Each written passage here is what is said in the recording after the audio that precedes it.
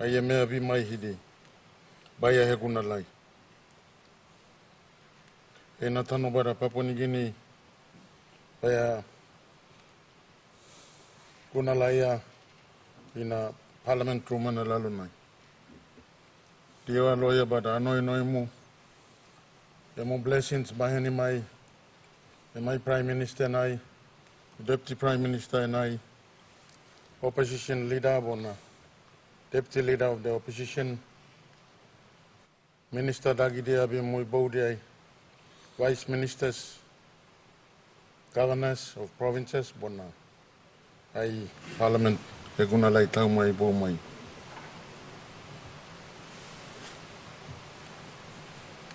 Nega momo tano ai ano mdainai, asia mera kawaira mo, oia mo ura kara di asia karamu, to dirawa loia bada.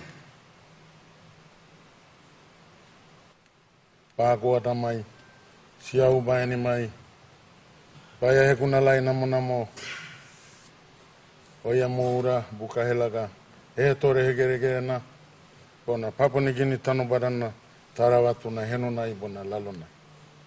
Let us say our Lord's Prayer. Our Father, who art in heaven, hallowed be thy name. Thy kingdom come, thy will be done on earth as it is in heaven. Give us this day our daily bread, and forgive us our trespasses, as we forgive those who trespass against us, and lead us not into temptation, but deliver us from evil. The power is the kingdom, the power and the glory, forever and ever. Amen.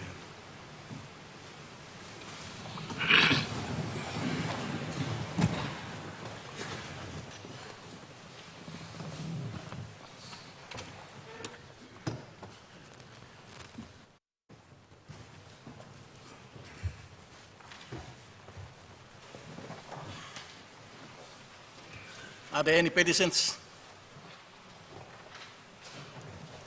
Any notices?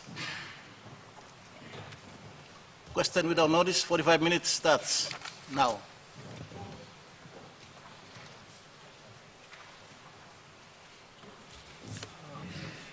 Member for Kerawagi. Thank you, Mr. Speaker, for giving me this opportunity to speak and also recognize the people of Kerawagi. My question without notice is directed towards our good Minister for Provincial and Local Government Affairs and Interrelation. Mr. Speaker, my series of statement and question is, some years back between 2015 and 17, there was a program called Rural Service Delivery Project, or RSTP for short. The project was funded by the World Bank to be implemented by the government of Papua New Guinea, directed towards LLG operations. And provincial and local level government has administered this important program. Close to 23 million US dollar grant was projected. Simbu is one of the beneficiaries to this program. 4 districts in Simbu were piloted, and Kerawagi, which is my electorate, is one of them. Mr. Speaker, since then this project or program has gone into dormant and never heard of it. There was office set up in Kundiawa. People are working on the ground. There's a program coordinator there. My DDA is ready to partner with such rural focus programs for service delivery. Mr. Speaker, my question is, can the good minister tell us the progresses, updates, and plan on this program? Thank you, Mr. Speaker. Minister for Provincial and Local Level.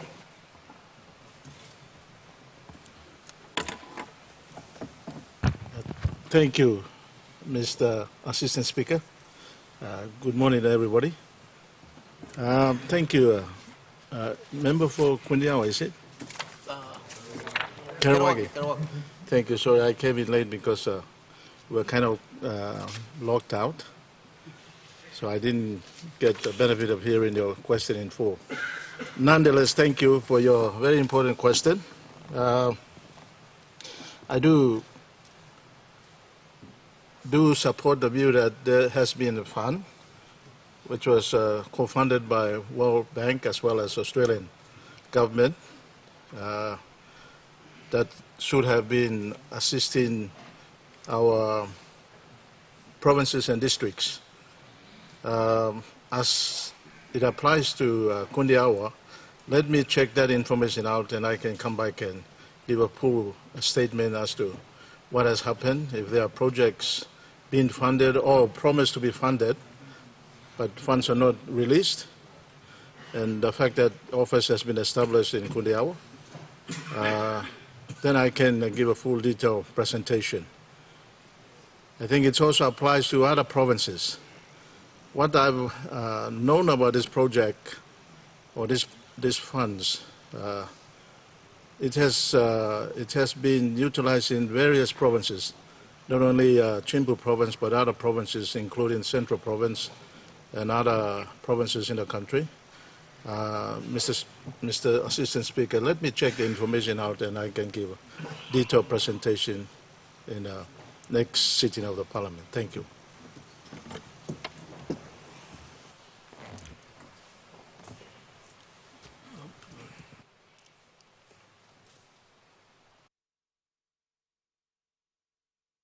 Member for Hela? Oh, sorry. Okay, Member for Miniama, sorry. Sorry, Member for Hela. Thank you, Assistant Speaker. Lo salimigo lo Hela so. Question blumi question without notice. Golo Minister blo provincial and local level government affairs again. A question without notice blumi regarding a series of questions. Tupla. Number one regarding all councillor elections and plenty man work lo lobby round lo place na. Al tok lo council election bakamab na plenty to la contest lo council so ina good la minister talk savel lo this house na country lo can savel lo one time LLG elections bakamab. And number two regarding all councillors igatim all sambla all outstanding allowances blow plenty all wait yet lo this blow allowance na all stop na plenty all councillor mi sagolo place na all sa come story lo mi lo allowance blow na mi arim go na mi by ni excuse do ya so in a good la minister clear him lo this la house na lo country no people lo country can look savelo one time all this law outstanding allowances blow where a government by settling ball. Thank you, Assistant Speaker. Minister.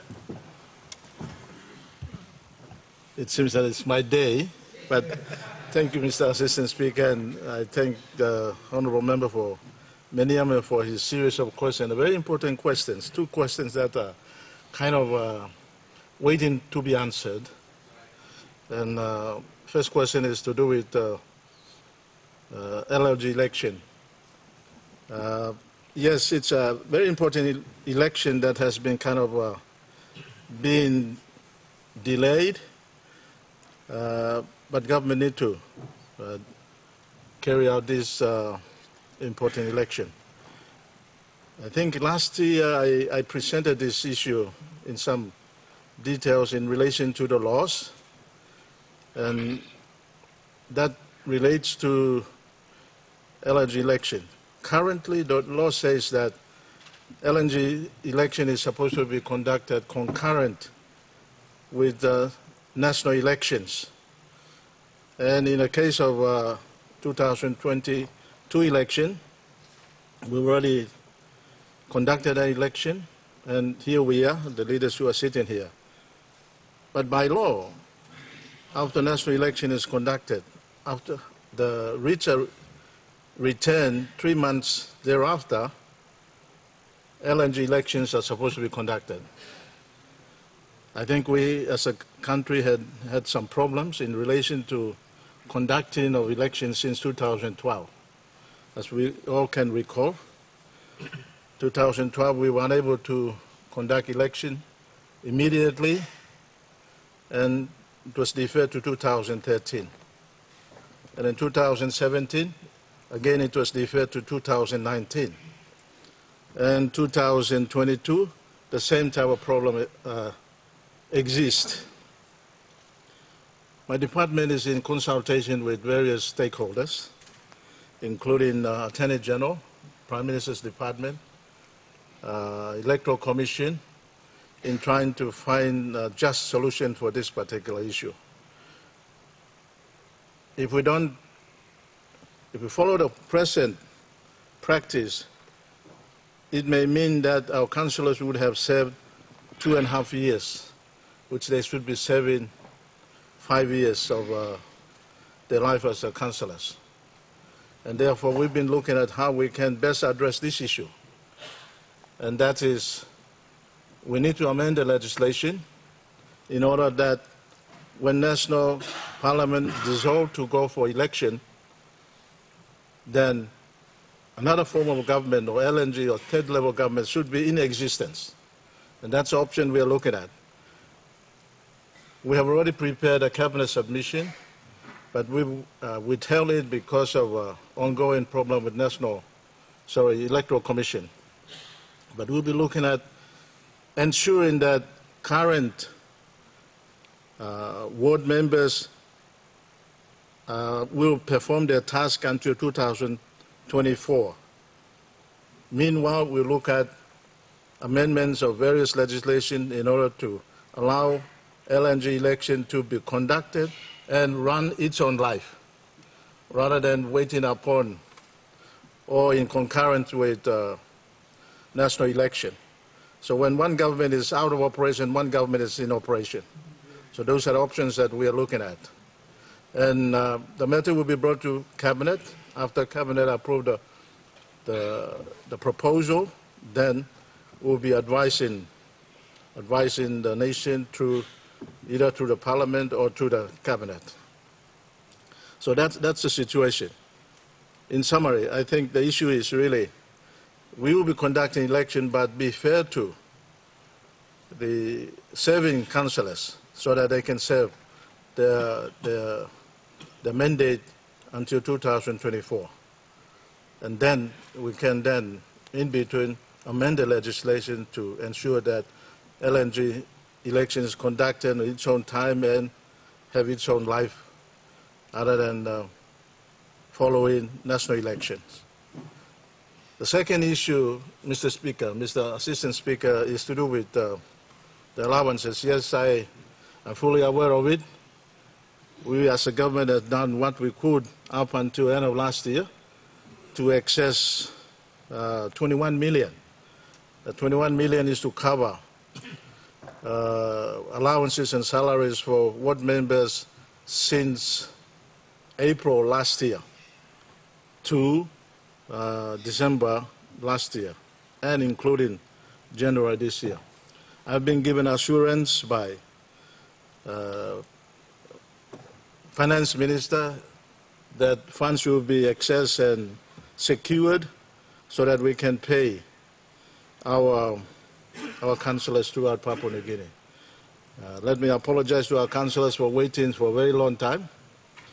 You play a very important role. You're face of government on the ground. That's why this government, Marape, Roswell government, we highly commend and support what you are doing on the ground. It is now incumbent on us to release the necessary funds to ensure that our councillors are paid. Thank you, Mr. Assistant Speaker. Deputy, supplementary.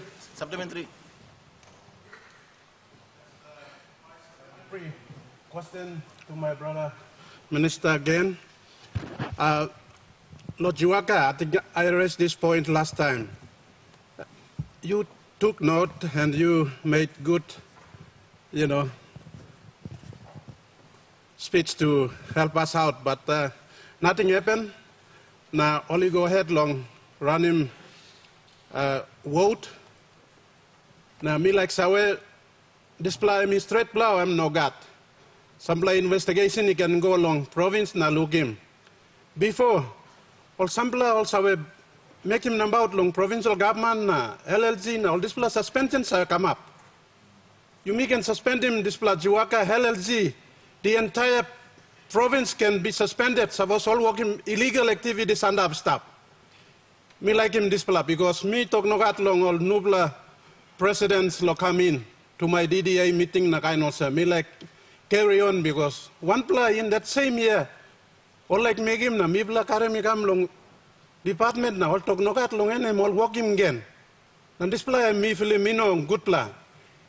This government where me part long and me like him provincial government na LLG all misusing funds all delivering all implementing when you make him decision suspension na action must come up so that all by several some government in action so me like him display can come up now Usai president and by me responsible too please me like him all department secretary now all one can conduct na look otherwise suspend the all LLG in Jiwaka until fresh election. Thank you. Minister. Thank you, Mr. Assistant Speaker. I think the honourable member, when he raised the issue, it was in relation to vote of no confidence. And that I did mention that vote of no confidence is part and parcel of political process. So if that is the issue, then the process has taken place. But if that is still creating a problem for our Jawaga province, then I will ask my secretary, I'll ask my acting secretary to investigate the matter and establish what is going on. Right now, I have no idea because the question is not very clear. You need to ask proper question, properly precise question, so I can answer your question more detail. Thank you, Mr. Assistant Speaker. Honorable member for Kiruna Kudinaf, Deputy Opposition Leader. Thank you, Deputy Opposition Leader. Thank you, Assistant Clerk. Assistant Speaker, me found I sit down here. Thank you. Sorry, Lo. This is La Blanda. Good morning, Prime Minister. Happy New Year, Lo. Orgata. Our brother and sister sit down, honorable leaders, Lo floor of Parliament. Me also say you play laugh na kirap lik. Question below me supposed to ask him go to Higher Education Minister, but the Higher Education Minister is not available at this moment. So, if I can, Assistant Speaker, be allowed to ask the question to the Prime Minister, please.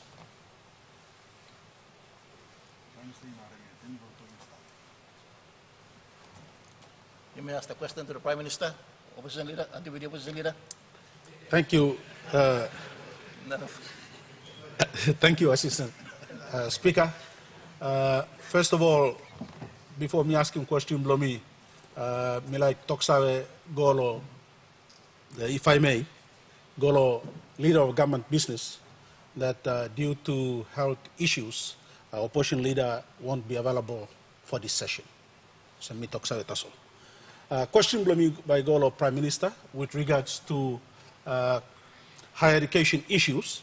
And also, Prime Minister, we all know that the grade 12 exams have been completed last year in November, and our students have graduated, and most of them are receiving their offers to go to universities and institutes throughout Papua New Guinea. And Prime Minister, concern Blow Mipla, especially our parents throughout the nation, Papua New Guinea, where in trying times our parents have strived to get their students or get their children to complete grade 12. They've dug deep into their pockets to make certain that their children achieve the best they can. And Prime Minister, in so doing, some of the students who have come from struggling families have done so well scoring straight A's and B's. And they expected, Prime Minister, Mr.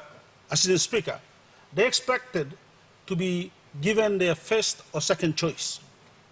However, Mr. Assistant Speaker, these students who have worked very hard, so as their parents who have worked very hard, have missed out with their first or second choices and have been given their third choices or even fourth choices, or even choices that they did not ask for were given to them. Mr. Assistant Speaker, I have a very good example, but I won't name the school in Milne Province.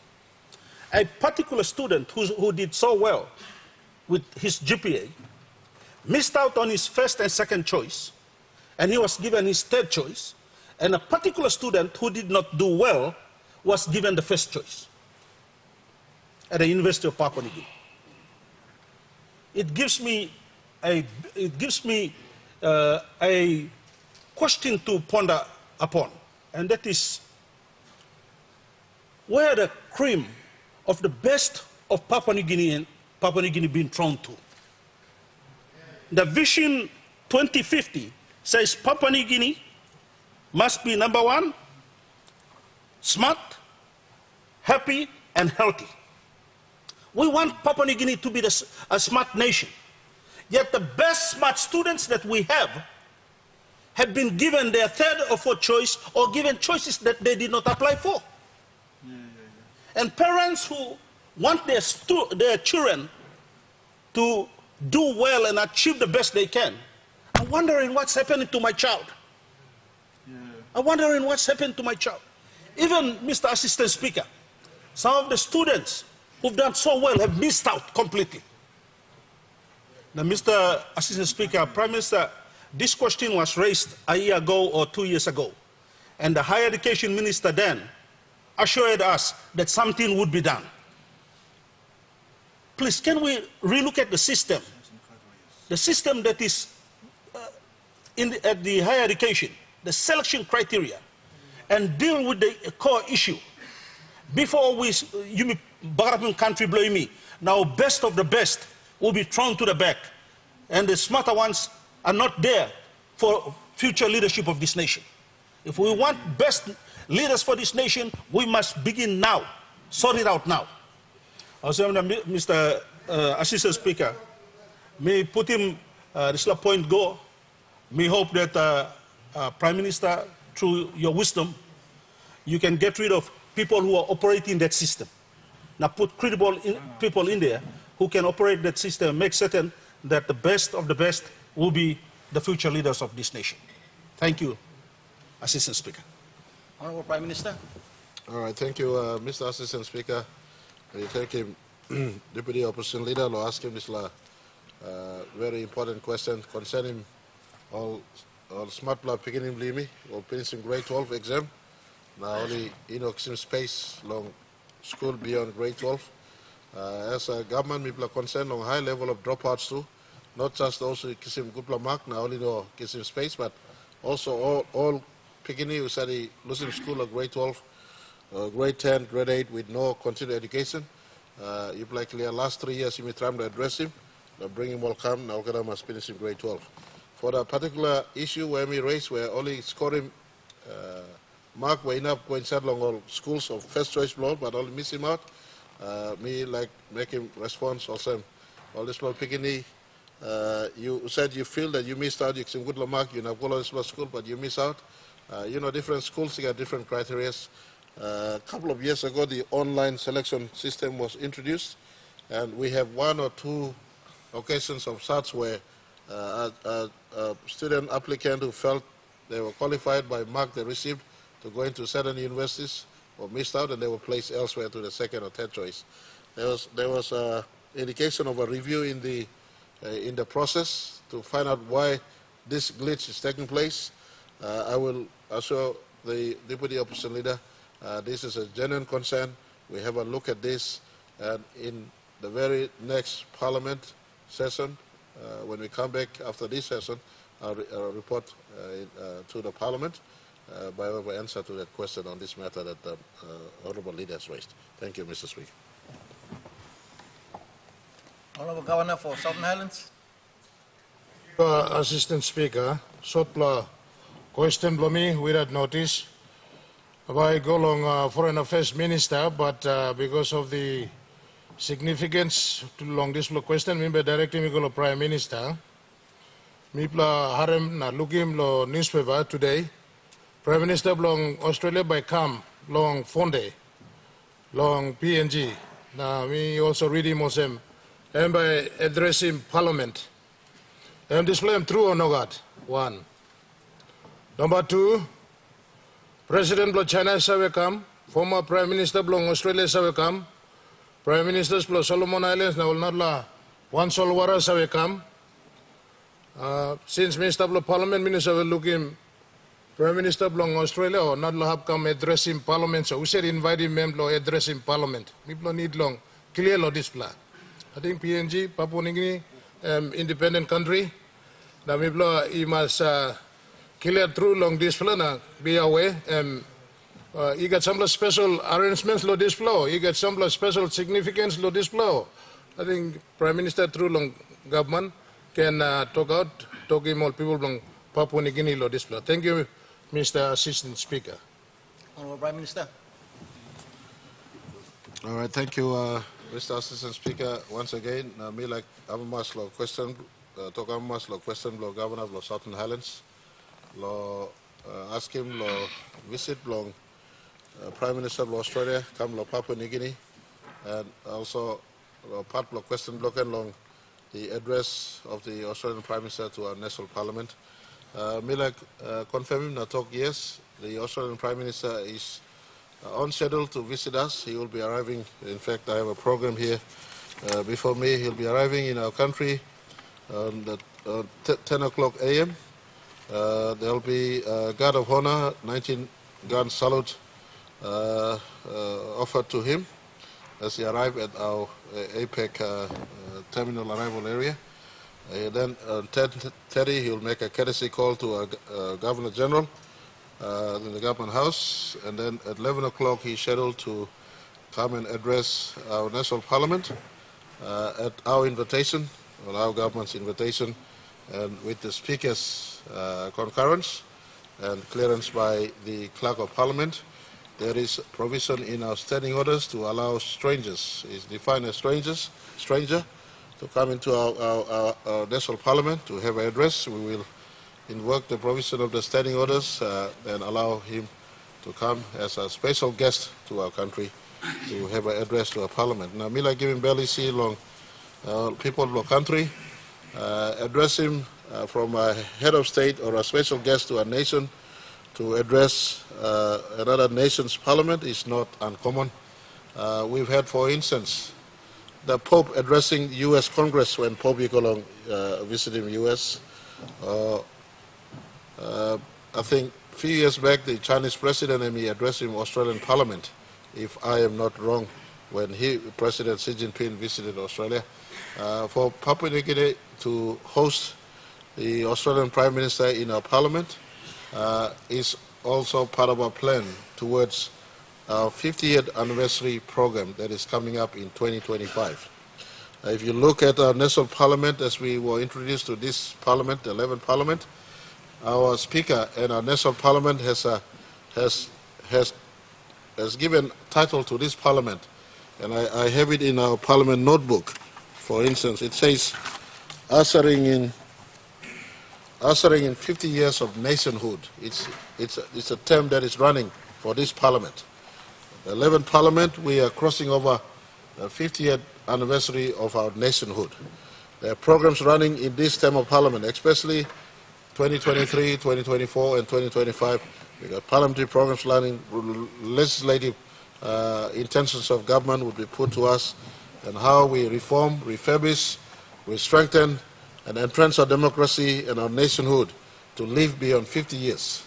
Mr. Assistant Speaker, taking this question to inform our country, it was this time 50 years ago when a Labour Prime Minister in Gulf Whitlam broke down all barriers in Australia to prepare our nation for self-government in 1973 and our eventual nationhood in 1975, September 16, more so when we gained independence. So our nation, amongst ourselves, we're preparing to live beyond 50 years of nationhood, 50 years time when an organization or event or an association or a country celebrates what is labeled as golden celebrations or golden jubilee. As we approach our golden jubilee, we must refurbish our house called PNG and prepare for life beyond 50 years. The arrival of our Australian Prime Minister coincides, the date that picked coincide with the time where Parliament is in session. We felt it was advisable for him to address on nation-to-nation issues in our Parliament. I will reciprocate tomorrow by, on our nation's behalf, also make a response to his statement, and we entrench our own bilateral relationships for the better going forward. We have more business-to-business, person-to-person, and government-to-government relationship with Australia than we have with all other bilateral relationships we have. And I repeat, we have more business-to-business, person-to-person, government-to-government relationship with Australia than we have with all other bilateral relationships we have. That is not to erode the value of the specifics of other bilateral relationships we have. We have good relationship with all other nations, and when leaders of those nations come to us, special protocols and special privileges will be accorded to other leaders who choose to travel to visit us here in Papua New Guinea. Likewise, vice versa, when we travel to the countries, we are given protocols and accorded the different respects that those nations have on us. For us, Papua New Guinea, we felt, and on the eve of us moving towards 50th anniversary of our nationhood, the current Australian Prime Minister is the leader of the Australian Labour Party, a party that partnered Pangu Party at 1973, preparing our country for independence. It is a time when we are preparing ourselves to live beyond 50 years. Is arriving. The other issues between us and Australia that needs to be tidied. For instance, visa relationship with Australia, business-to-business relationship with Australia. Sometimes we feel that it is a lopsided. It's more beneficial to Australia than it is to PNG. There is no better place than our issues raised on the floor of Parliament and the leader of that country in our Parliament hearing our issues straight where people's house is. So it's really in that context. It is not something that is light. We had a deep look into this proposal. We felt that Australia being the country that granted us independence, a country that we said togetherness before 1975, at this point in time, he addresses us. I, on behalf of all of you and our country, make a response to him. And after that address, we will adjourn Parliament, and we will have our bilaterals at the APEC. So it is a matter we did not tread lightly. It is a conversation and a meeting that is taking place as a nation prepares ourselves for nationhood beyond 50 years as a country. Thank you, Mr. Speaker. Member for Hirkoyari. Thank you, Mr. Assistant Speaker. My question this morning is one I'd like to direct to the Minister responsible for Foreign Affairs and the Minister for Defense and Internal Security might take note, and the Minister responsible for Customs take note also. I'd like to preamble my question with a little bit of background, very short, very brief, and that is that as part of the 2018 APEC Summit, Papua New Guinea engaged with the United States, highlighting our mutual commitment to strengthening bilateral security arrangements and operations. Mr. Speaker, there has been significant publicity and elements of this enhanced cooperation been discussed in the mass media in the last 3 years, with engagements and exercises with other partners. Specifically, this relates to the United States. This includes participating in a shipwrighter program with the United States Coast Guard. This is a program that's collectively intended to combat illegal fishing, illegal logging, illegal activities, and illicit activities that is carried out in the maritime region of Papua New Guinea. The program involves our defense, the police, customs, and I believe the fisheries would benefit also.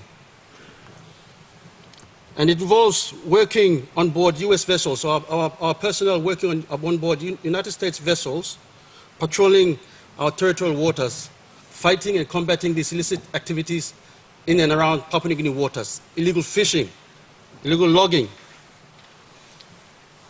This gives us great firepower against international cartels, criminal elements and activities, but also increases the skills and technical capacity of our personnel. This is a very great agreement or proposition that is availed. A program that's been undertaken in multiple or numerous Pacific Island nations and done quite successfully. Our Defense Force has also taken part in joint training with the U.S. Army. This includes exercise Tamiyok Strike that focused on medical training, jungle survival, and strengthening operational and tactical security capacity. Also, we've also engaged with the United States Navy Construction Battalion, or the Seabees, who come on shore and participate in community building activities like building classrooms and aid posts and civil works. My district of Hirikwayari once benefited in one of these activities in the not too distant past, and I believe we are, in my district of Hirikwayari, was also the subject or the highlight of a drug trafficking activity. Kind of drug we've never seen in Papua New Guinea before, and kind of amount we've never heard of in the past. Now that's on land. We do not know what is going on in our waters. My question, therefore, to the good Minister for Foreign Affairs is this: could the Minister update this House on the status of intended cooperation with the United States Coast Guard in the shipwrighter program? And secondly, could the Minister update the House on the status of the significant defense cooperation initiatives with the United States and bilaterals and other regional partners that are currently being advanced? Number three, and finally, considering the delicate state of global politics at the moment, particularly between larger economic powers, does our engagement in these programs undermine or does it enhance our long-held foreign policy on friend to all, enemy to none? Thank you, Mr. Speaker. Honourable Minister for Foreign Affairs. Thank you, Assistant Speaker. And I thank the member for his very important question when it comes to regional security throughout the Pacific and our region. At the moment, after 9 years of negotiations and having the Shipwrights Agreement document on the shelves gathering dust, we are finally ready to sign the agreement and ratify the Shipwrights Agreement between the United States of America and Papua New Guinea. Just only yesterday, I was speaking on the telephone to the Deputy Secretary of State on the conclusion of these issues. I'm very pleased to announce that the Shipwrights Agreement, through longer negotiation, through our officials, through the Department of Attorney General and the Department of Defence, through their officials, have finally come up with a proper understanding and agreement that will be ratified next week. This is a very important agreement that's being ratified between the United States and Papua New Guinea. It will allow finally for all the illegal fishing, logging, human smuggling and other activities in our waters to be finally looked at and secured and policed.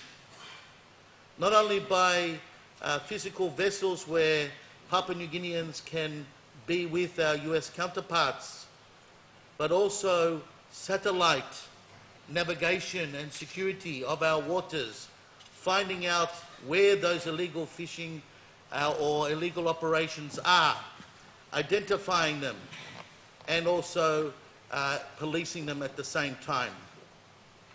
This is the first of its kind that's happened for Papua New Guinea for a long time. But on top of this shipwriters agreement, which will be finalised in the next week, late last year we signed the SOFA agreement, security agreement with the French government, which has the same situation of monitoring our waters and the region in the Pacific, protecting it from illegal fishing and smugglers and illegal activities. So with this regional security issue now coming to a head over the last 2 years, especially with the United States, Australia, New Zealand, and of course now also Indonesia, who shares our biggest border. We are working with our traditional partners to counteract not only on the defence side, but especially on the illegal side of these activities that are happening in our waters. I'd also like to mention that we are also working closely with the United States of America after a very successful summit that the Prime Minister attended in Washington, D.C. on the Defence Cooperation Agreement between the United States and Australia. Many countries throughout the world have these defence cooperation agreements between close allies and partners to work together for regional security and security of one another. This defence cooperation agreement is still in its infant stage. We are working closely with the Defence Force, the Defence Department, the Department of Attorney General, Customs, IRC, to ensure that all aspects are covered in this regard. Our officials have already had meetings, numerous meetings on this regard as well. So when it comes to regional security, the United States has definitely stepped up. A lot of these agreements have been already initiated but never implemented. And so I'll be pleased to announce next week the first implementation, which will be the Shipwriters Agreement. But we just don't want that as a document sitting there gathering dust after it's ratified. We want it to be actually implemented physically, where we see our Papua New Guineans on board the US Coast Guard ships, monitoring our waters, assisting with legal activities in our region. It's good to have these agreements, but the implementation of it is more important, because that's what it's all about. So for the Shipwriters Agreement and for the regional security, your government is moving forward for the first time in a big way to secure our waters and to make sure that our areas and our country are safe. Thank you so much, Mr. Assistant Speaker. Honourable Member for Kumahulia. Thank you, Assistant Speaker, for giving this opportunity. I would like to thank Prime Minister, Deputy Prime Minister, Opposition Leader, Governors, my colleague members.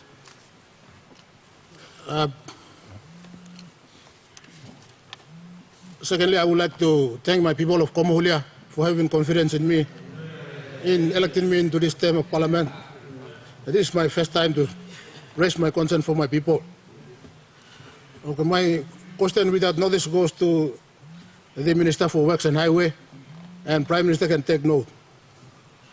Komahulia electorate, which I represent, contributes almost 95% of PNG LNG. PDL1 alone contributes 80% of PNG LNG liquefied natural gas, and including PDL7 and 6 in Moran, contributes almost 100% of PNG LNG project. PNG LNG liquefied natural gas. Homatutari Road was under OLS's tax credit scheme for some time. it came to a complete stop in 2010. This road connects Kigori to Kudubu, to Homa, Beneria, and to Tari.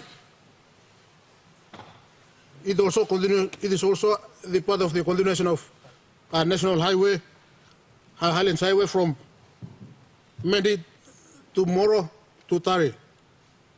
Homa to Tari road was part of Forces tax credit scheme project for some time. Starting in 2002, about 22 years ago, the contract was awarded to local contractor, Mura Development Company, MRDC. MRDC delivered a quality road, however, it did not commence to date. We have approximately 35 kilometers yet to complete. Hundreds of millions of Kenya hours tax credit scheme, which was supposed to deliver this project, was invested in National Football Stadium at the cost of 170 million, and a big building in Port Moresby at the cost of 120 million. In 2018, my electorate has become a milking cow, has become a milk and honey breeding ground for a state for 40 years. Since British Petroleum Company came to operation in 1980s, then to All Sets, and now currently the Santos and ExxonMobil. And it is still continuing today. All Sets, now the Santos and ExxonMobil period now. So can the good minister for works and highways assure my people of Como, Julia, when the Homatari Road will commence? Honorable Minister for Works and Highways. Thank you. Good bla asking blo minister member blong. Como Julia. First time asking to him na good bla asking to. Me play Savos MLNC big bla project where me logout him close to the top 95%. All big all projects come out PDL1, PDL6, PDL7. All projects come out los lahap but plenty belong all people belong los lahap in Kisim Seal Road. Plenty belong all in Kisim good pla service los lahap. He coming up now a long pla time. Na me like Kisim's pla time lo talk big pla thank you to Prime Minister. Lo pawani gini usai demi CEO na. Usai demi eti Kisim car. Christmas emi run long this pla halfway. Big all projects is stop but all people in been Kisim one bla maximum benefit. Where CEO yeti mas round na emi good bla decision emi walking lo Kisim car lo tari na go lo kikori. Where emi run long plenty long all this pla road. Which me no been stop one time lost pla time. But emi been looking. Want him something lo display place. Lo display place long common and Julia tasol. Kamo ko lo kutubu. Patient kamo ko lo kikori. Big pla pipeline, big pla projects come up slab but people bla still Kisi one bla good road seal yet. If you got some tax credit funding, lo start lo. Como go some up lo warar or road only been stopped. Maybe talk lo tax credit finish long Exxon. Na Exxon talk lo display time lo display ya. Pa me place around can. So could last him you give him. Exxon tasol. Pa me play talk to lo Santos lo tax credit scheme to lo. Kutubu tu road lo. Roma kam lo kutubu kamo lo kikori. Na display hub. Emi good pla tu. Prime Minister yet been over los plahap where plenty rural places, plenty projects area established them. Kisim service, kisim good pla road seal so. Adani lo connect PNG, we play by partner. Want them tax credit. Want them have tax credit by now from make him. Pa me pla talk to the company long. You choose him this pla road, you walk him. And Adani lo connect PNG, me pla by make him this pla road. So this bla road bla homo kolotari, and by me talk want the tax credit tabian, by me talk sabal you. Narapla good bla story tu long while me kisim. This bla time tu display bla start him. Narapla road lo missing link, long como, igo dan long Bosavi. I got Nabla road and by link, one bla identified missing link. Long Kiunga, Kam Ogata long Nomad, where Prime Minister last 50 years, established Plahap. Na lo Christmas, go sleep lo this Plahap. Na go, na you come down lo this Plahol road. Na give him strong bla tok long me want them department to me. Lo concentrate lo this Plahap. Pat lo Como, Kutubu, Bosavi, this Plahap lo you must link him up. All people from Blalos Plab on the road. Where big pla guess now oil slip lo hap patoli no kisim road, ono sleep good, lo good pla house. And me pla now by walk strong. And I need lo connect PNG, na I need lo pla maraberos of government. That's why Prime Minister yet must go look him. Some pla hap where you may not look him. Some pla long this pla legacy issues. Now this pla government is not strong now, lo try lo straight him. So pamla start him. Como golong. Bosavi, Kutubu by Golo Bosavi, na Sambla Blos Road, pamla tok na distribute him. Olain Los Santos, Olain Los Exxon, pamla tok him one him road lo silim through the tax credit. On him. Minister, there's a point of order. Can the minister just be precise? Answering question from member. How much money I'm supporting country and I'm listening to talk. Thank you. Thank you, Minister. Yep. Thank you. I'm tasol me talk me play fully aware of this plan. I think me give him background of him. Prime Minister he looking finished na. Me play looks aware of this plan. Analyze like government through lo connect PNC na. This plan you may start aligning all tax credit na to connect PNC funds lo. Try no help him all places of him. Komona, Kutubu na. As kind of same Octedi start road seal lo Kiunga lo tabubil. All this like kind of something me play start aligning now so. But me play come up. All this block work from starting loss player. Thank you. So me stream you member block. Como Julia. Honorable members, the time for question without notice has expired. Leader of government business. Mr. Speaker, I ask leave of Parliament to move a motion without notice. Is the leave granted? Mr. Speaker, I move that so much of the standing orders be suspended as would prevent notice number 15 and 16. Government business being called forthwith. The question is that the motion be agreed to. Those in favor say aye. Aye. Those against? Ayes have it. Clerk. Notice number 15, Minister for Commerce and Industry.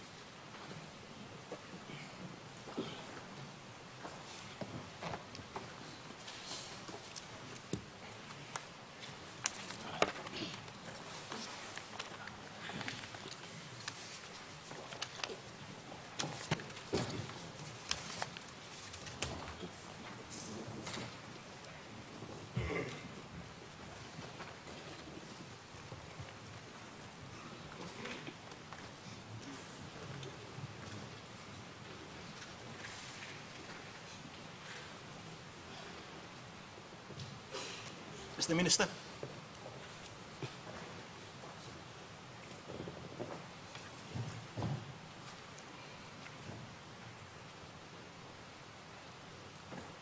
Mr. Assistant Speaker, I present the Investment Promotion Amendment Bill 2022.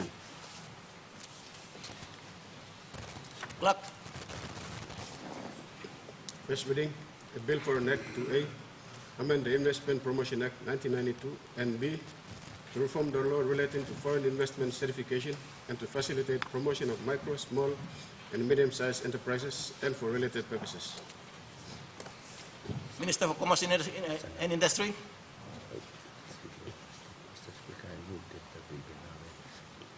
Mr. Assistant Speaker, I move that the bill be now read the second time. Make a speech.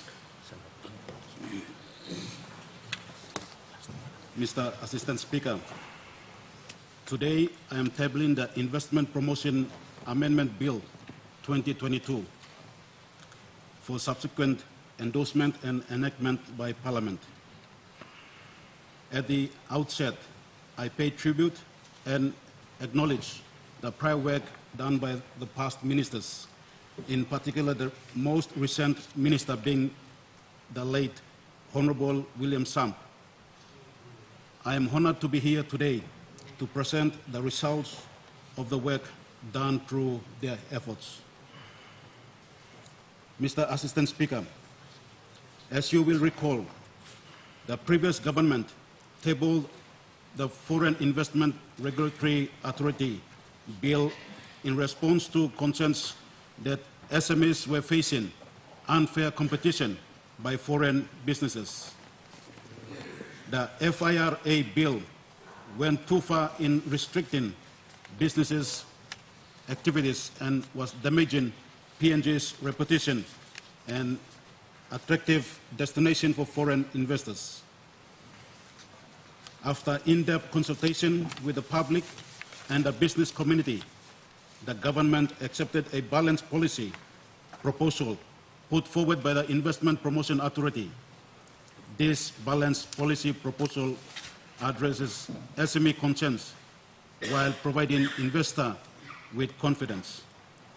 Mr. Assistant Speaker, key changes are: 1. Changing the foreign certification system to process applications quicker and automatically rejecting applications for reserved activities to support SMEs. 2. Review the reserved activities list at least every 3 years. Number 3, introducing more reporting obligations on foreign investors and providing powers to cancel certification where key businesses laws are breached. Number 4, improving IPA's enforcement and compliance and making better allowances for cross-agency enforcement. Number 5, creating a dedicated registrar for foreign investment to oversee the system with powers to speed up wanted income investment, automatically deny unwanted investment, and enforce compliance. Mr. Assistant Speaker, this is good news for SMEs. Additional activities can be reserved for citizens' involvement with controls to prevent SMEs being hit with additional input cost from lower domestic competition, and we will have better enforcement. We'll target non-compliant foreign businesses. Mr. Assistant Speaker, this also supports our wanted foreign investors. Applications for certification will be faster. The rules for determining reserved and restricted businesses or activities will be clearer and more consultative, and grandfathering of existing wanted foreign direct investment will be permanent. Mr. Assistant Speaker, these are part and parcel of the positive reforms being undertaken by the Commerce and Industry Ministry. The Marape Rosso government is serious about the development of PNG-owned SMEs, while at the same time encouraging foreign direct investment to stimulate the growth of our economy in this country. These reforms is in line with the stated intentions. This reform will demonstrate that the Marape Rosso government is a government for the little people too, especially the thousands of small business owners that operate to sustain themselves and their communities. We are a government willing to lead from the front, ensuring that equal playing field for the development of the private sector. Mr. Assistant Speaker, I now commend this bill to this Honourable House. Thank you.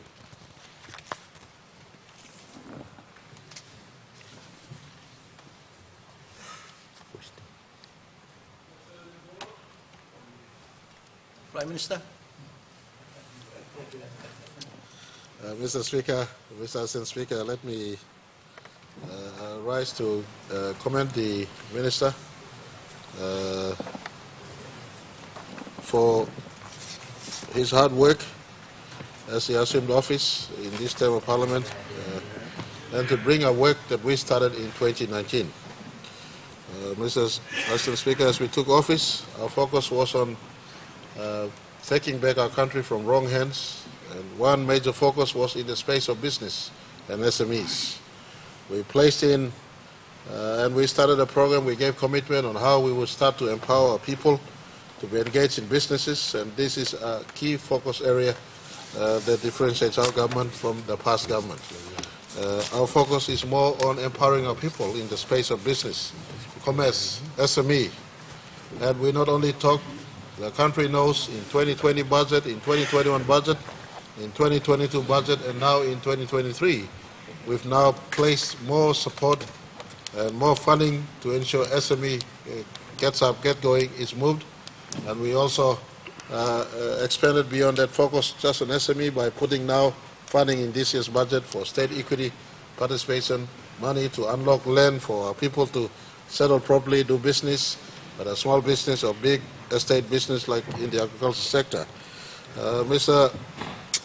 Assistant Speaker, the Minister now brings this bill as a first step towards clearly segregating and ring fencing businesses that PNG and citizens must participate in.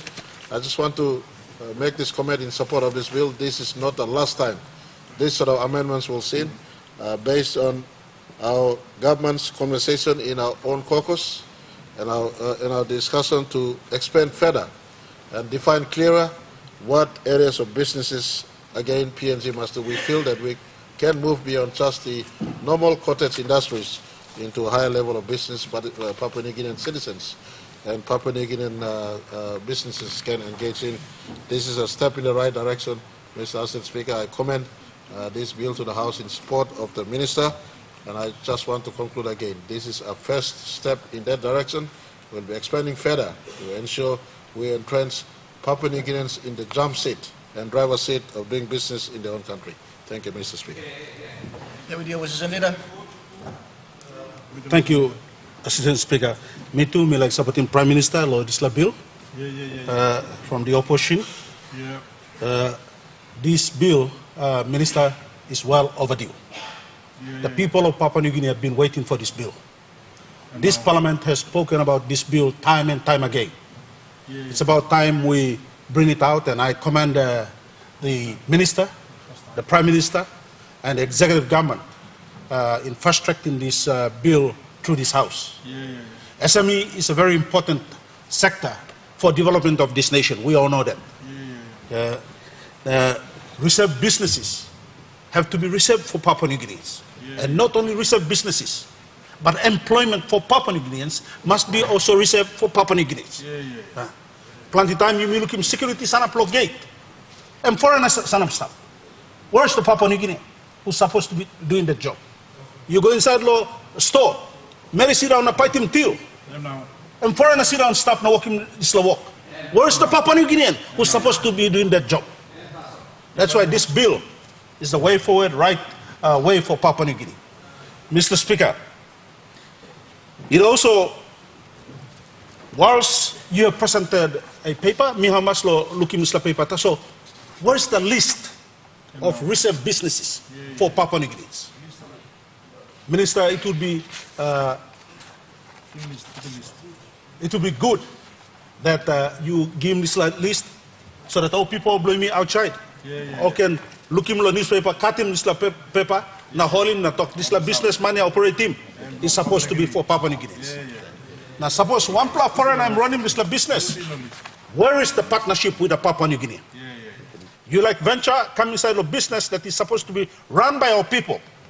You must also have a partnership of a Papua New Guinea. 50-50 partnership.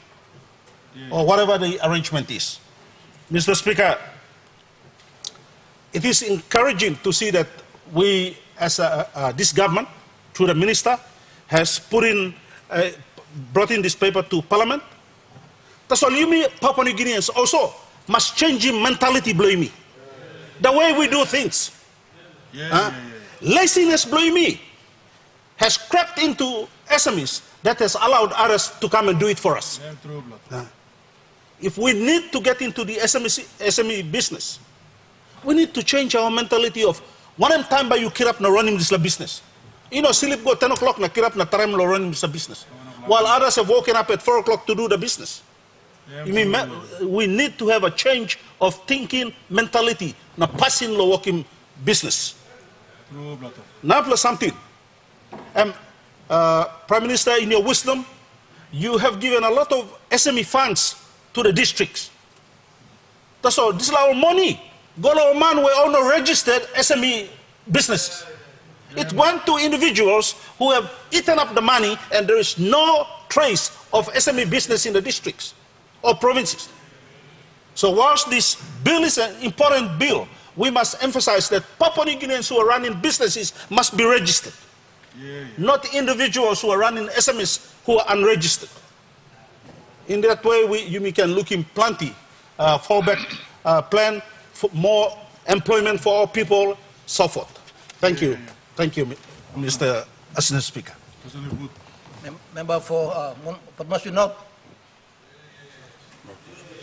Thank you, Assistant Speaker. Me like him sambla talk more andablo disla SME. But me like him andablo SME. Micro SME. Me like encourage micro SME. Because before the end of the Parliament session, close me asking plan the question of this SME and micro SME. That's what me like talk. Thank you long. Prime Minister na Deputy Prime Minister through the Minister Blongen. Emi bring in this bill come emi relieve him. Me blogera. Lo micro SME. You like start lo SME. You must start with the micro SME first. SME you got all employment, all man work with you. But when you look at micro SME, plan the line blooming work all yet. Survival of the fittest, especially in the city. Awesome that this bill is very timely. I don't know. You blood Prime Minister, so me to thank you long. Prime Minister will give me 3 million kina. Na me lo DSIB blomi we put him na 3 million kina na governor give 1 million. Total of 7 million kina. Point of order. Member We like to talk to him because I'm going to handset. You know, Prime Minister give him you. No God. Government giving people must be not this. So headset must talk clear, please. Thank you, Mr. Speaker. Prime Minister, your point of order is in order. Member for Mosby North. Thank you, Assistant Speaker. Thank you, Prime Minister. That's all we got. Government stop, we got the head stop. And at this head walking this in and give me, so if I am not wrong, I think thank you, Prime Minister.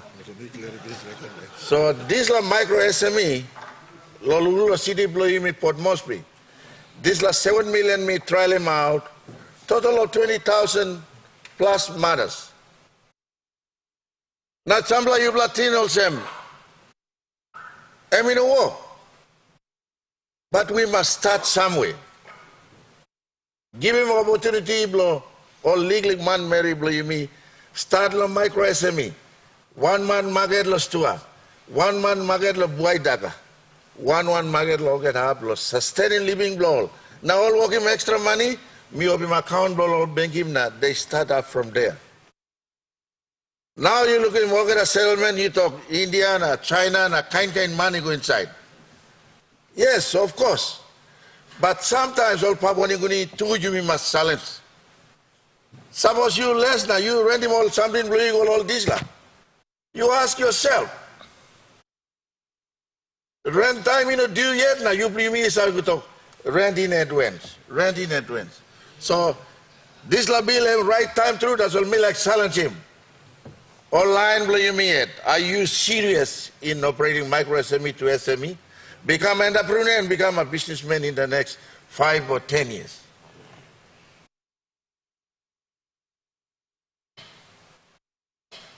Thank you, Minister.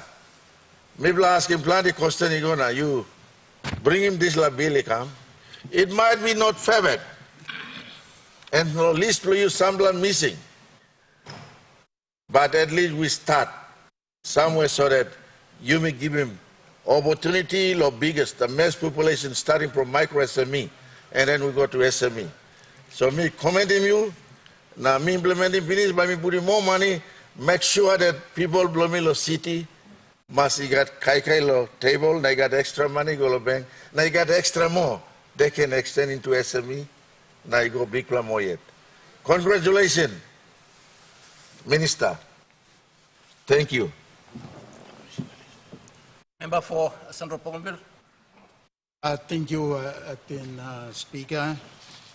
Me like to talk in support of the bill. Long Minister presenting in this bill, me big spirit na long law na policy and protecting people of Papua New Guinea. And me protecting from all forms of exploitation. So thank you, Minister, for your presentation. For you, and me timely also apply expressing penis. Big tinting and we stop inside Longen. I was a Prime Minister talk is a beginning. You start way forward now.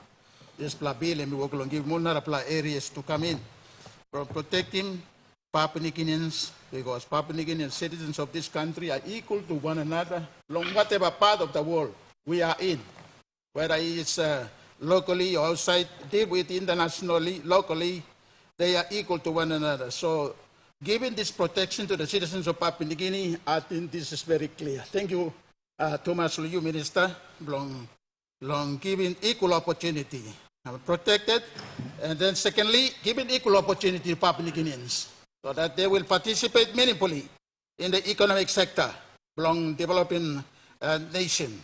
And this is timely and well done for you, Minister, for this time. It is also us saving our nation way forward. Long work about, long Papua New Guinea, long economic policy.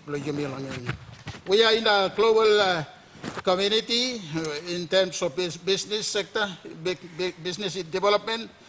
Minister, I commend you again for your big platinting and Mr. Plongen. You put laid the foundation for empowering citizens of Papua New Guinea to participate meaningfully in all sectors of the business deal inside the country. And number two, and big plus something, and stop inside the spirit blowing. The spirit blowing, and you protect him, citizens of Papua New Guinea. So this thing is very clear. And number three, you are given guidance, direction to the people of Papua New Guinea, so that only participate meaningfully in this belonging. So I think well done. Minister, talk me like put him on top long, in support long. President. Thank you very much. Minister for Member for Abao. Thank you, Assistant Speaker. While I fully agree with all the comments with the promotion of local businesses, the Act also includes an important aspect, which is an area where we want foreign investors to also come to our country. And so I commend the Minister. For example, the bill also takes care of introducing the Registrar for Foreign Investment. That has never been done before. The World Bank equates us as a hard basket country when it comes to investors coming and registering for businesses, how long it takes, and some give up and go back again. But this law allows it. For example, this law says that the approval for registration of foreign investors is automatic unless some criteria are not met. And it says that within 5 days, the registration will be granted. So we invite investors from outside. The climate is now right. We need foreign investment to come this country. We also, this law allows promotion of businesses for our own citizens, but we are also a part of a global community. And I commend the Minister for including the incentives that we need for foreigners to come and invest in this country. Congratulations, Minister. I support the bill. The question be put. Those in favor say aye. Aye. Those against say no. Ayes have it. The question is the bill now be read the second time. Those in favor say aye. Aye. Those against say no. Clerk. Second reading, a bill for an Act to A, to amend the Investment Promotion Act 1992 and B, to reform the law relating to foreign investment certification and to facilitate promotion of micro, small and medium-sized enterprises and for related purposes. Minister for Commerce and Trade. Mr. Assistant Speaker, I ask leave of Parliament to move third reading forthwith. Is the leave granted? Minister, go ahead. Mr. Assistant Speaker, I move that the bill be now read the third time.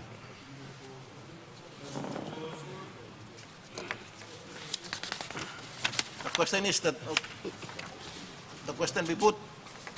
Those in favor say aye. Aye. Those against say no. Ayes have it.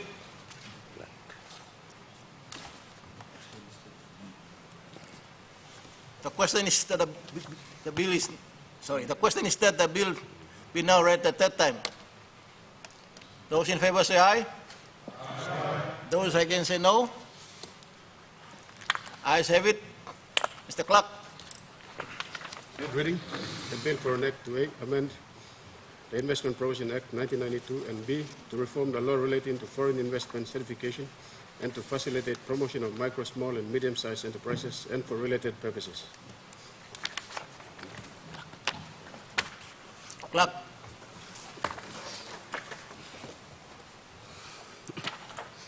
Notice number 16, Minister for Commerce and Industry.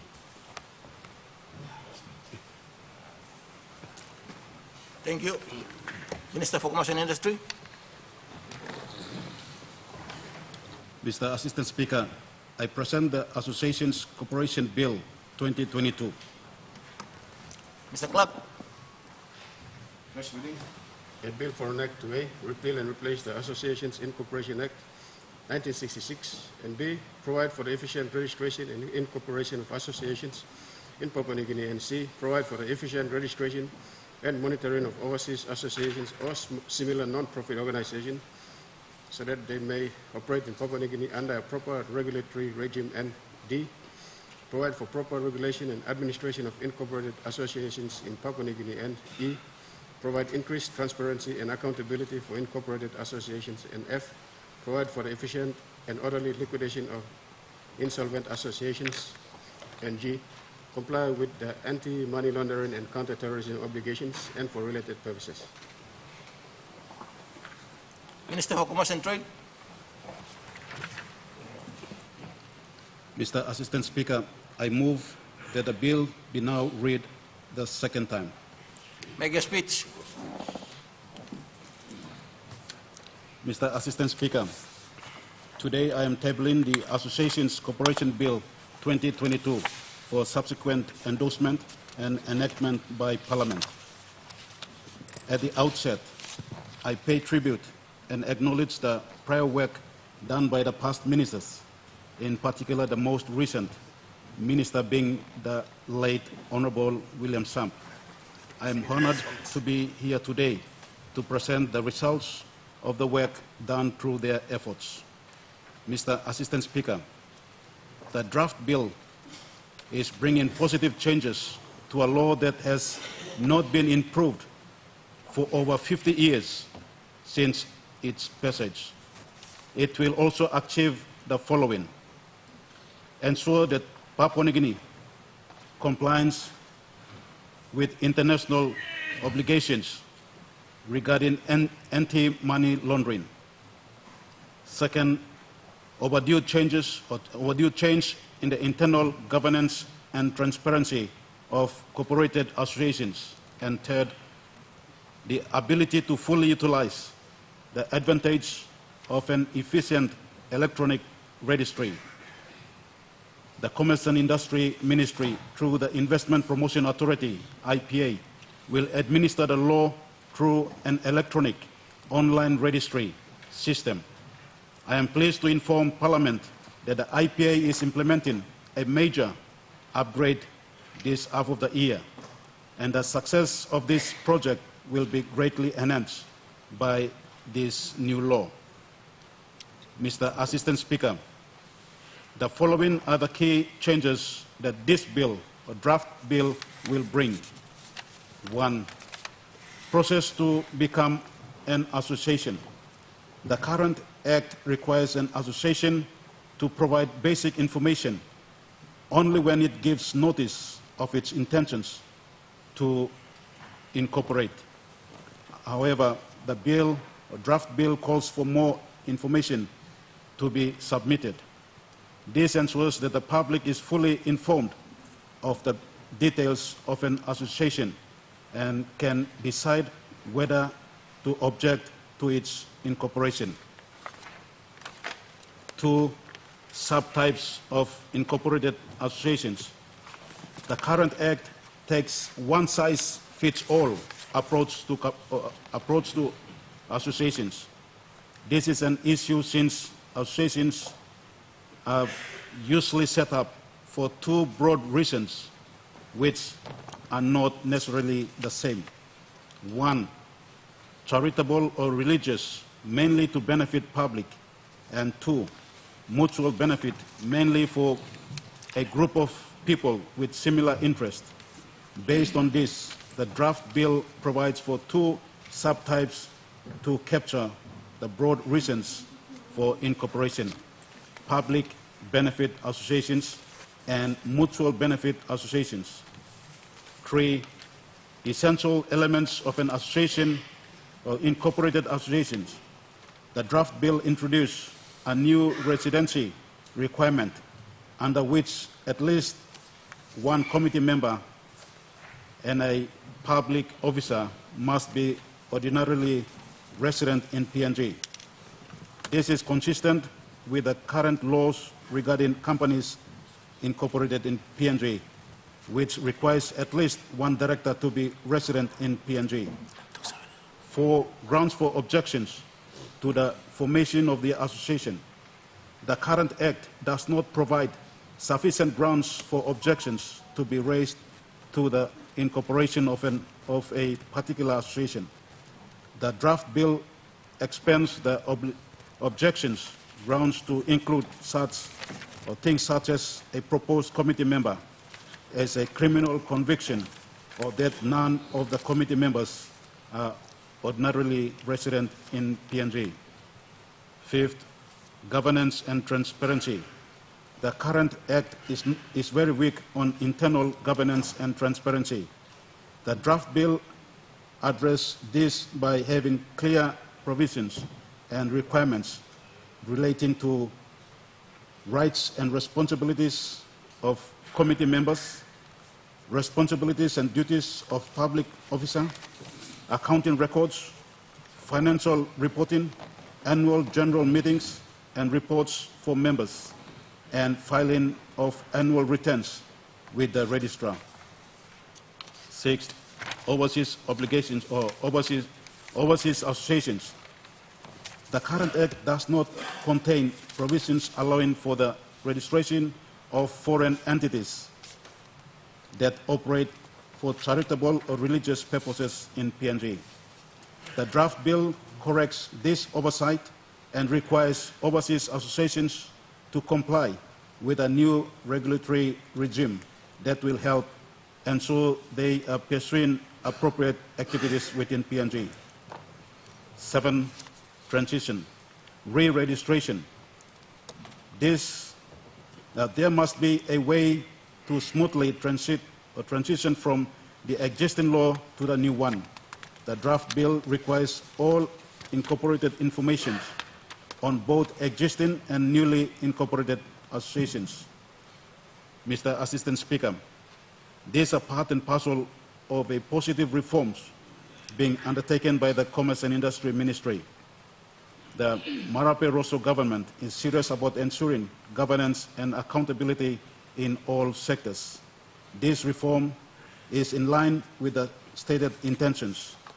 This reform will demonstrate that the Marape Rosso government is a government for the little people too, especially the thousands of rural population that formed associations to benefit their communities.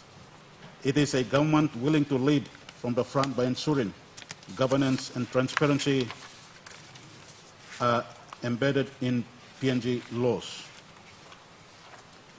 It is a government willing and able to champion change that is long overdue. Mr. Assistant Speaker, I now commend this bill to this Honorable House. Thank you. The question be put. Those in favor say aye. Aye.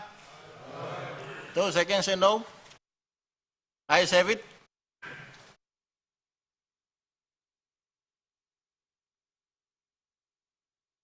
The question is that the bill now been read the second time? Those in favor say aye. Aye. Those against say no. Ayes have it. Clerk. Second reading. A bill for an act to A, repeal and replace the Associations Incorporation Act 1966, and B, provide for the efficient registration and incorporation of associations in Papua New Guinea, and C, provide for the efficient registration and monitoring of overseas associations or similar non-profit organizations so that they may operate in Papua New Guinea under a proper regulatory regime, and D, provide for proper regulation and administration of incorporated associations in Papua New Guinea, and E, provide increased transparency and accountability for incorporated associations, and F, provide for the efficient and orderly liquidation of insolvent associations, and G, comply with the anti-money laundering and counter-terrorism obligations and for related purposes.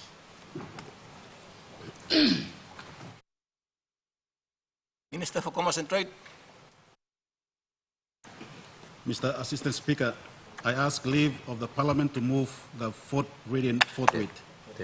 Third reading forthwith. Is the leave granted? Minister for Commerce and Trade. Mr. Assistant Speaker, I move that the bill be now read the third time. Minister for Petroleum. I commend the Minister for the bill that is produced to Parliament. This would be the first reform in a long, long time to the Associations Incorporation Act. So we welcome this reform to incorporate contemporary practices, so it's up to date. Associations are incorporated in principally to deal with charitable business. So what that means, Mr. Acting Speaker, is that one of the core features of associations is that they don't declare dividends to their members. No profits profits can be declared, but dividends can't be paid to the members of that association. The profits are usually recycled back to promoting the objectives of and functions of the association. So, in essence, it's a not-for-profit entity. Not for profit. It makes profits but cannot declare dividends. That is the area that needs some sort of scrutiny. Most people do the right thing. Most associations do the right thing. But as Christians, I noticed that some of the smaller Christian churches do not follow this particular requirement. They live off the profits, effectively paying themselves dividends of tithes and fees and revenue generated from the activities of their smaller churches which are incorporated as churches. So I'm not saying that all of them do that, but there is a few who do that, and we can observe as members of the public that they are indirectly benefiting massively benefiting from the activities and the businesses that they've developed, which is a church association, and the assets that they have built up, when they retire, seem to be moving on to their children. So it is inherited not by members of the church, but by members of their family, but acquired in the pretext and context and operation of the association. So I would ask, he's doing the right thing, the minister is doing the right thing in trying to create a privileged and exempted area of operation for such entities like this. But in that small area, there needs to be some level of scrutiny when it comes to the smaller churches which are incorporated and operating in the country, to make sure that they operate strictly for the benefits of their church members, not for themselves, not for their spouses, not for their children, but for the members of the church. That's the only thing that I think that is an area where the good intentions of this legislation have been, to a small extent, abused. So I draw the minister's attention to that for some level of scrutiny in that space. Thank you. Other than that, I commend the bill. Thank you, Mr. Acting Speaker. Member for Hiri Koyari.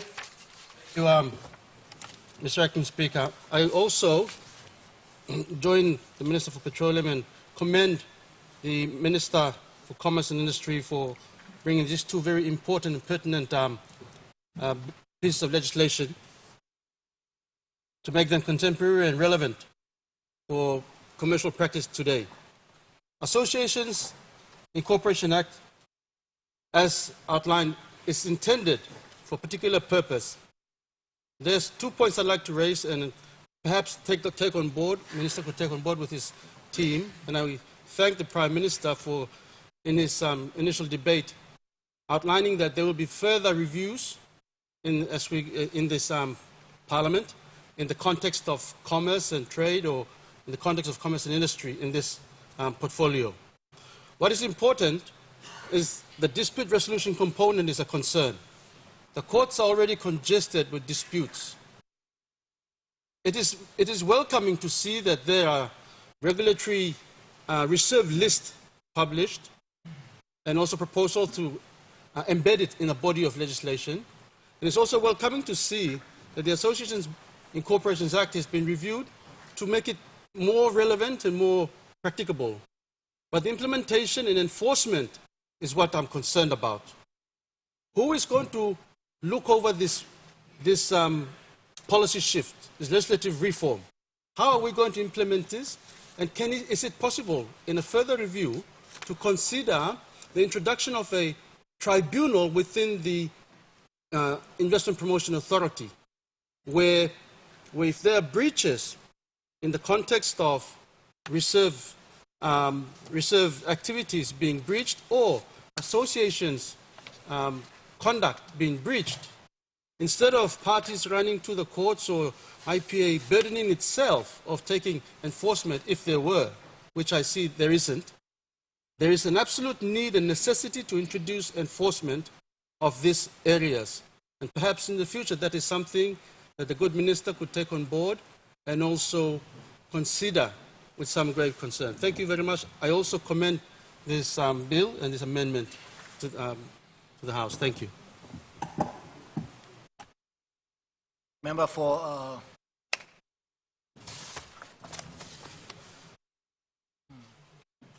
Ichibitari. Mr. Assistant Speaker, whilst supporting the two bills that the Minister has brought to Parliament today, I also want to take cue from the Minister for Petroleum for us to be very careful with some of these associations that are popping up in the country. Because some of these associations that have been operating in the country have been used like milking cows for certain individuals and certain people. Now, especially in my place, for 40 years, associations and NGOs have been operating there under different various names and organizations. And as soon as 3 to 5 years program is finished for a particular project or program, they immediately jump to new funders, donor agencies, to secure money to continue different activities that we, the government, don't seem to be having a scrutiny over. And that is something that the IPA and the associations act that we are dealing with now should try to monitor, because so much money has come into certain communities over years, unaccounted, unscrutinized, and there are certain people walking away with them.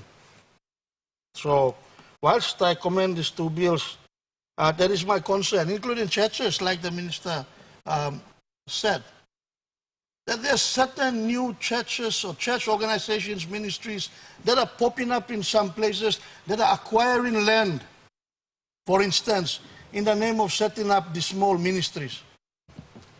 The pastor is ending up being a businessman, buying vehicles and hire cars. And it's common in Oro province.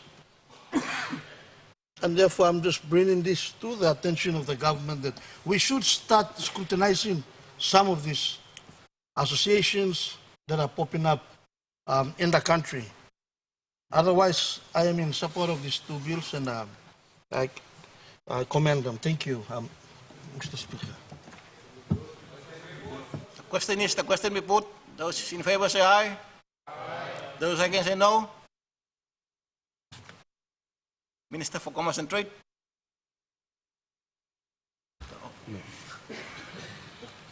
No. The question is that the bill now be read a third time.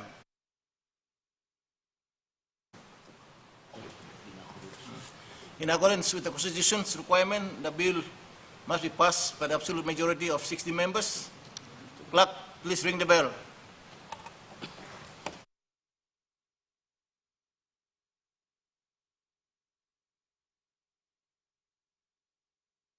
Attendants, close the door.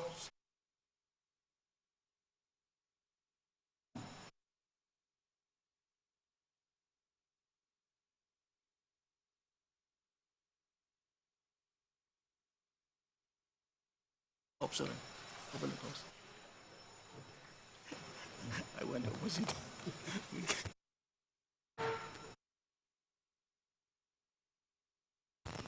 Mau kira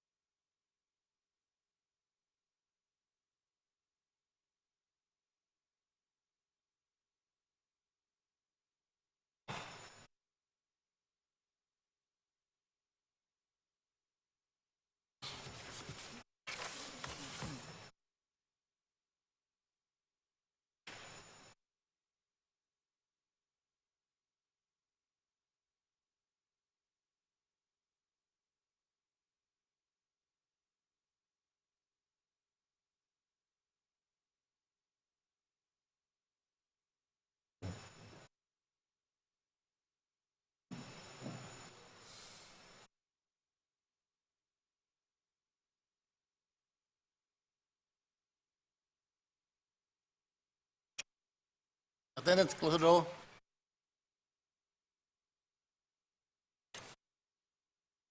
The question is that the bill now be read the third time. Those in favor, please stand.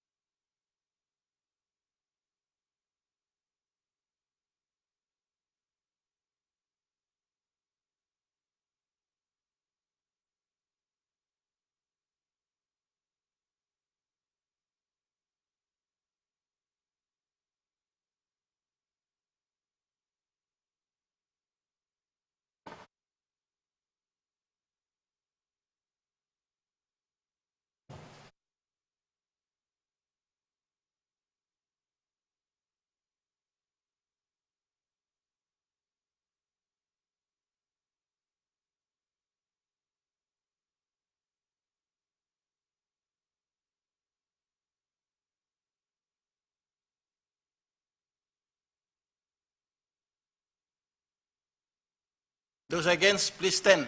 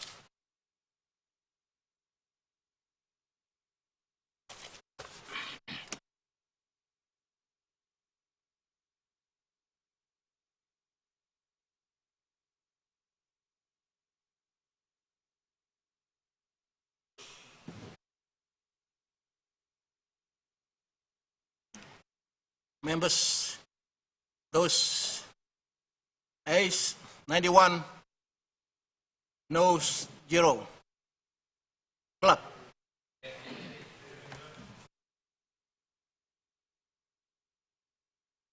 Associations Incorporation Act 1966, and B, provide for the efficient registration and incorporation of associations in Papua New Guinea, and C, provide for the efficient registration and monitoring of overseas associations or similar non-profit organizations so that they may operate in Papua New Guinea under a proper regulatory regime, and D, provide for proper regulation and administration of incorporated associations in Papua New Guinea, and E, provide increased transparency and accountability for incorporated associations, and F, provide for efficient and orderly liquidation of insolvent associations, and G, comply with the anti-money laundering and counter-terrorism obligations and for related purposes.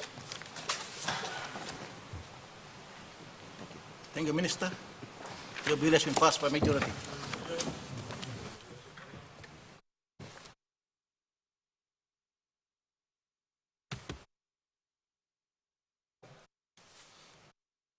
Government business.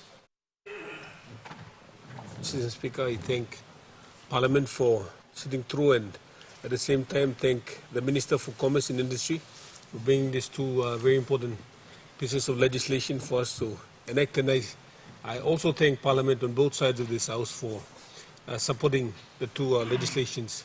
With that, Mr. Speaker, I ask that we move Parliament to 10 a.m. tomorrow. Thank you. The question is that the motion be agreed to. Those in favor say aye. Aye. Those against say no. Ayes have it. I now adjourn the Parliament to 10 a.m. tomorrow morning.